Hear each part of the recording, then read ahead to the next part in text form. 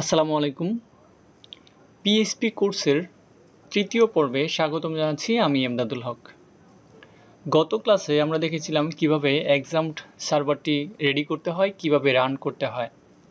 আজকের পর্বে আমরা দেখব কিভাবে কোডগুলো লিখতে হয়। আমি কোথায় কোড লিখব, কিভাবে লিখব, সেই জিনিসগুলো নিয়ে আজকে আমরা কথা বলবো।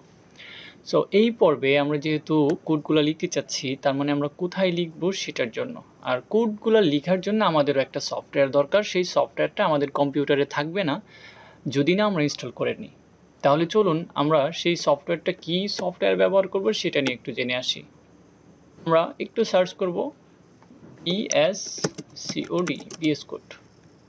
যদি আমি সার্চ করি তাহলে মাইক্রোসফটের এই ভিজুয়াল স্টুডিও জনপ্রিয় একটি সফটওয়্যার code.bsstudio.com এখানে DNS এরর দেখাচ্ছে।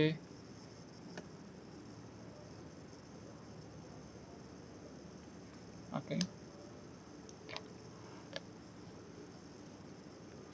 এইখান থেকে আমরা উইন্ডোজ চালিত মেশিনের জন্য উইন্ডোজ ক্লিক করলে আমাদের এটা ডাউনলোড হবে। এছাড়াও এখানে এক্সট্রা কিছু ভার্সন আছে যেটা দরকার। আমার যেহেতু উইন্ডোজ 64 বিট, সো আমি এটাকে ডাউনলোড করতে পারি, অথবা এটাও ডাউনলোড করতে পারি। যে কোনোটা ডাউনলোড করলে হবে, কাজ হবে। যদি লিনাক্স হয় সেক্ষেত্রে এগুলা থেকে ইউজ করতে পারেন, অথবা ম্যাক হলে এগুলা থেকে ইউজ করতে পারেন।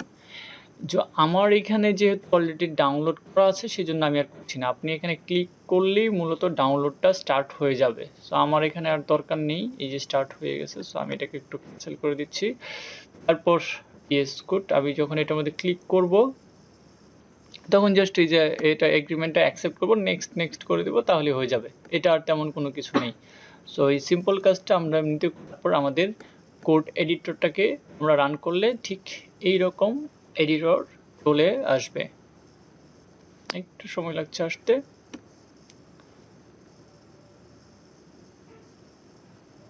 ওকে, এইরকম একটা এডিটর চলে আসবে। তো এডিটরটা চলে আসলে তখন আমরা যে কাজটা করতে হবে, আমরা এখান থেকে এক্সপ্লোরারে ক্লিক করব। তারপর আমার এক্সাম্পট ফোল্ডারটা সরাসরি ওপেন হয়ে গেছে, যেটা আমার আলাদা করে আর নতুন করে ওপেন করতে হয়নি। এখানে আমি htdocs এর ভিতর যাব। এইখানে গিয়ে আমি একটা ফোল্ডার নাম দিব, একটা নিউ ফোল্ডার ক্রিয়েট করব। এখানে ক্রিয়েট করে আমি বলবো PHP। এবার এই PHP ফোল্ডারটাকে আমি রাইট বাটন ক্লিক করে PS কোডে ওপেন করব।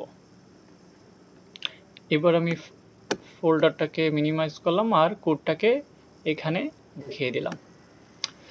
আচ্ছা, এখন ফোল্ডারের ভিতরে আমি একটা ফাইল তৈরি করব, index.php। আমাদের ফাইল এক্সটেনশন অবশ্যই PHP তে হবে, PHP এক্সটেনশনে সেভ হবে। কারণ আমরা যেহেতু এখানে PHP লিখবো, তার মানে আমাদের এটা PHP এর জন্যই PHP এক্সটেনশনটা ইউজ করতে হবে। এখন আমি এইখানে এসে যদি কোনো কিছু লিখি, ধরেন আমার PHP ট্যাগটা শুরু হবে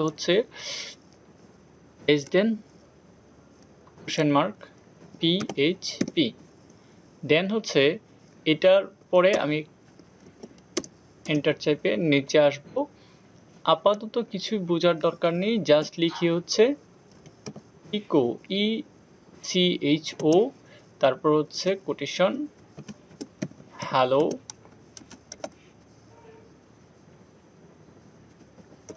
ওয়ার্ল্ড, এবং আমি এখানে একটা সেমিকোলন দিয়ে শেষ করছি এবং আমি এটাকে সেভ করি। এখন এখানে এসে আমাকে যে কাজটা করতে হবে সেটা localhost/php ক্লিক করব। এখন একটু খেয়াল করেন, এখানে লেখা আসছে হ্যালো ওয়ার্ল্ড। আমি যদি এটাকে সোর্স ভিউতে যাই তাহলে শুধুমাত্র হ্যালো ওয়ার্ল্ডটাকেই দেখতে পাবো। তার মানে আমার এই অপশনটা কাজ করছে। আমি এই লেখাটাই কিন্তু এখানে লিখেছি এবং সেই জিনিসটাই সে এখানে দেখাচ্ছে, তার মানে এটা কাজ করছে। এই আমাদের বেসিক, যেটা দিয়ে আমরা কোডগুলো রান করতে পারছি। এরপর আমরা শিখবো আমাদের নতুন কিছু। সো এই পর্বটা এখানেই শেষ করছি। আমরা নতুন পর্বে নতুন জিনিস নিয়ে স্বাগতম জানাবো। ধন্যবাদ আমাদের সঙ্গে থাকার জন্য।